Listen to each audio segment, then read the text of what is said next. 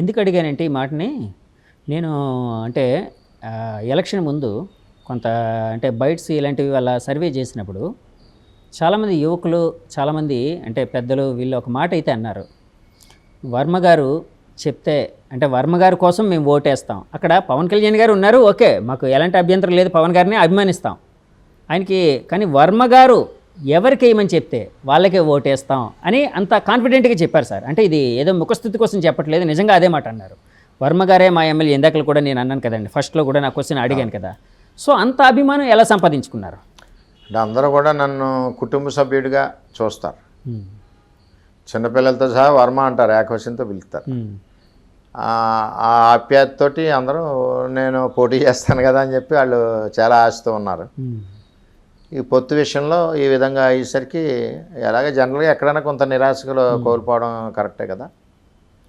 దాంతో మనం ఏం చేసామంటే ఈ విధంగా జరిగిన వాస్తవం చంద్రబాబు నాయుడు గారి దగ్గర మాట్లాడింది ప్రతి ఒక్క బీసీల ఏరియాల్లో అన్ని వర్గాల్లోనే, నాకు ఒక వర్గంలో కాదు అన్ని వర్గాల్లోనే నా కుటుంబం అందరికీ ఎక్స్ప్లెయిన్ చేసి ఈ పరిస్థితిలో మనం పవన్ కళ్యాణ్ గారు 144 సీట్లు మోస్తున్నారు, మనం 21 మోస్తున్నాం, అందులో పెట్టాపడం మనం ఎట్టి పరిస్థితుల్లోనే మన ఓటు కళ్యాణ్ గారికి వేయాలి, ట్రాన్స్ఫర్ చేయాలని చెప్పి ఎక్స్ప్లెయిన్ చేస్తాం. ఆ ఎక్స్ప్లెయిన్ చేస్తూ ఇంకోలాగా కూడా నేను చెప్పడం జరిగింది. 2014లో నా గుర్తు ఏంటి? ఉంగరం అండి, అంటే ఇండిపెండెంట్ రెబల్ అభ్యర్థిగా. ఇప్పుడు నా గుర్తు గ్లాస్. ఓకే, ఓటు వేయండి, మీకు ఇవన్నీ ఎందుకు, వాళ్ళ పేర్లు ఈ పేరు ఎవరి పేర్లు అక్కర్లేదు, గ్లాస్ కొట్టండి. మళ్ళీ వర్మ మీకు అందుబాటులో ఉంటాడు, కళ్యాణ్ గారు కూడా చాలా మంచి వ్యక్తి, మనకు కూడా డెవలప్మెంట్ యాక్టివిటీ కూడా సహాయ సహకారాలు ఉంటాయి, చంద్రబాబు నాయుడు గారు ముఖ్యమంత్రి అవుతాడు, మనం గ్లాస్కు ఓటేస్తే అని ఈ విధంగా ఎడ్యుకేట్ చేస్తాం. ఈ ఎడ్యుకేట్ చేయడంలో చాలా ప్రెజర్ బిల్డప్ అయింది, నాకు ఇబ్బంది కూడా కలిగింది. అయినా అనే వరకు వదలలేదండి. మీటింగ్ అరగంటల, ఈ మీటింగ్ గంట అయినా ఉన్నాయి, 2 గంటలు అయినా ఉన్నాయి, 3 గంటలు అయినా ఉన్నాయి. ఆ విధంగా మనం ఓటు ట్రాన్స్ఫర్ని చేసుకుంటావచ్చు. సార్, చంద్రబాబు గారి దగ్గర నుంచి మీకు ఎమ్మెల్సీ హామీ అనేది మాట అయితే మీకు వచ్చింది, అంటే ఒక హామీ వచ్చింది. అట్లాగే పవన్ కళ్యాణ్ గారి దగ్గర నుంచి ఏమైనా హామీ ఏమైనా వచ్చిందా? ఆయన కూడా చాలా నీతి నిజాయితీ వాస్తవాన్ని ఒప్పుకునే మనిషి అండి, ముక్కుసూటిగా మాట్లాడే మనిషి.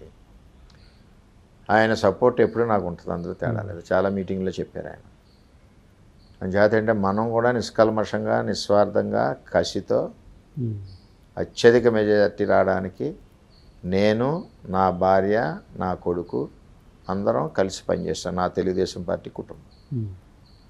ఎవడు ఎన్ని కుక్కలు మురిగినా మాకు సంబంధం లేదు. కానీ మీరు ఇందాక ఏదో ప్రశ్న వేశారు వైసీపీ వాళ్ళు అన్నారని, నేను పట్టించుకోను, నా మనస్సాక్షి ఎలా ఉందో అలాగే వెళ్తాను, అది ఆయనకి తెలుసు. అంచేత ఎవరు పవన్ కళ్యాణ్ గారు అవునని, చంద్రబాబు నాయుడు గారు అవునని, నన్ను నేను ఎక్కడ ఉపయోగపడతాను అన్నది వాళ్ళు ఆలోచన చేసుకున్నప్పుడు అక్కడ నేను పనిచేస్తాను. సార్, కొంతమంది ఈ మధ్య చాలా ఒక క్వశ్చన్ అయితే చాలా ఎక్కువగా రైజ్ చేశారండి. పవన్ కళ్యాణ్ గారు ఒక గొప్ప కథానాయకుడు, అలాగే ఒక అద్భుతమైన జనాకర్షణ ఉన్న నాయకుడు.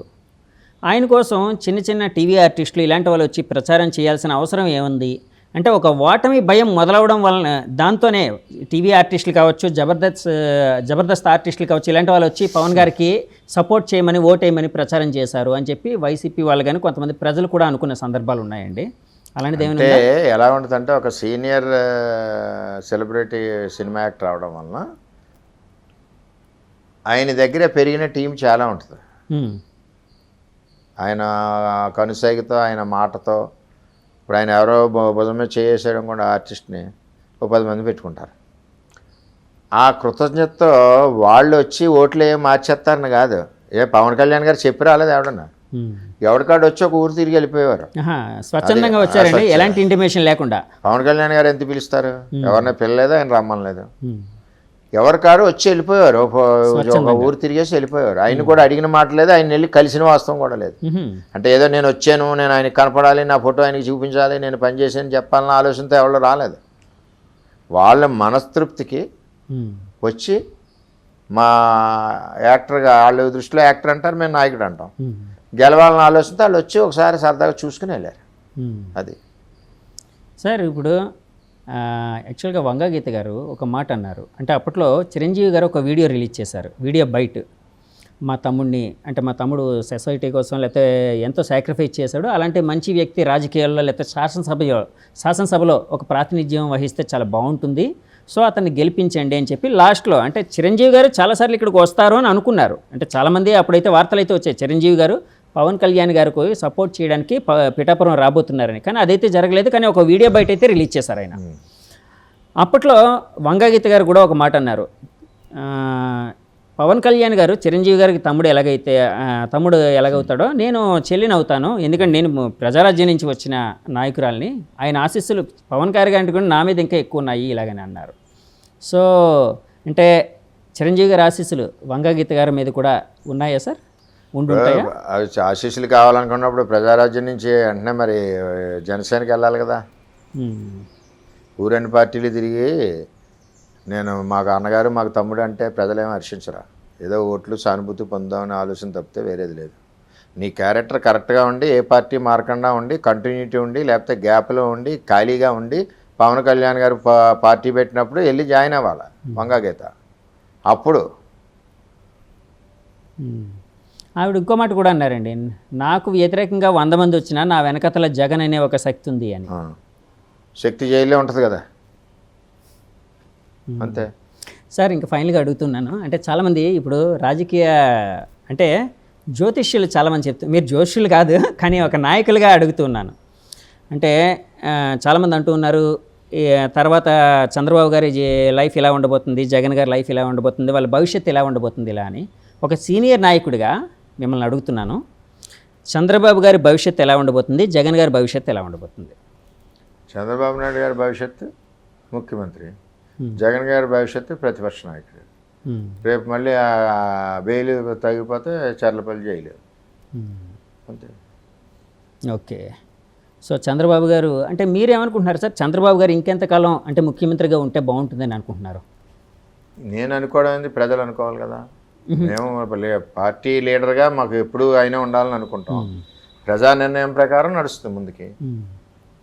ప్రజలు ఇప్పుడు ఆయన పాలన కోరుకున్నారు. ఆ మధ్య జూనియర్ ఎన్టీఆర్ ఫ్యాక్టర్ కూడా తీసుకుని వచ్చారు. జూనియర్ ఎన్టీఆర్ గారు టీడీపీ పార్టీకి చాలా దూరంగా జరిగారు, సో ఇలా అని చెప్పి ఎలక్షన్ ముందు కొంతమంది తీసుకొని వచ్చారు. సో ఆయన అంటే ఆయన అభిమానులు వాళ్ళు టీడీపీ పార్టీకి ఏమైనా వ్యతిరేకంగా చేశారా? అట్లాగే జూనియర్ ఎన్టీఆర్ గారు అవనండి ఇంకొకరు అవనండి ఎవరైనా తెలుగుదేశం పార్టీ స్వాగతిస్తుంది. నిరంతరం పార్టీకి 24 గంటలు కష్టపడతానంటే ఎవరినన్నా స్వాగతిస్తుంది. కష్టపడినోడికి గుర్తింపు ఉంటుంది, అంతే లాజిక్. అంటే ఆయన ఫుల్ ప్లెడ్జ్డ్గా రాజకీయాల్లోకి వస్తే అప్పుడు నేను ఉన్నానండి, నేను ఊరంతా వ్యాపారాలు చేసుకుని ఏదో నెలకోసారి ఆయ అంటానంటే తప్పదు కదా. నా యొక్క శక్తి పార్టీకి దారిపోయాలి. దారిపోస్తే పార్టీ ఆటోమేటిక్ గుర్తిస్తుంది. ఈవేళ లోకేష్ గారు దారిపోసారు, గుర్తిస్తుంది. లేకపోతే ఆయన ఇక్కడ లోకేష్ ఇక్కడ రావాల్సిన పని ఉంది, శుభ్రంగా యూఎస్లో హాయిగా ఉండొచ్చు కదా అని. నిరంతరం పార్టీకి పనిచేస్తున్నారు, రాత్రి పగలు కష్టపడి పనిచేస్తున్నాడు, పార్టీ గుర్తించింది. లోకేష్ గారు చంద్రబాబు నాయుడు గారు అబ్బాయి అని గుర్తించలేదు, పార్టీలో ఒక కార్యకర్తగా గుర్తించి అంచెలంచెలుగా ఆయన పైకి వెళ్ళారు. ఆయన పార్టీకి ఆ విధమైన సేవ చేశారు. సార్ జూనియర్ ఎన్టీఆర్ గారు సినిమాలన్నీ మానుకొని ఒకవేళ టీడీపీ పార్టీలోకి వస్తే పని చేద్దామని లోకేష్ గారి స్థాయిలో నిలబెడతారా సార్? స్థాయి రావడం ఎవరికి స్థాయి ఉండదండి. మన యొక్క వర్కింగ్ ప్రోగ్రెస్ని బట్టి స్థాయి నిర్ణయిస్తారు. ఎవరెవరో వచ్చేస్తే స్థాయిలు ఇచ్చేసి పైన కూర్చోబెట్టి మా మీద పెట్టమంటే కుదరదు కదా. నువ్వు పనిచేసి విధానాన్ని బట్టి నువ్వు పార్టీకి చేసి కష్టాన్ని బట్టి నీకు ఆటోమేటిక్గా స్థాయి వస్తాయి. ఇప్పుడు నేను ఎమ్మెల్యే అవుతాను అనుకున్నానా, నేను పార్టీకి కష్టపడ్డాను కాబట్టి నాకు ఎమ్మెల్యే స్థాయి ఇచ్చాను.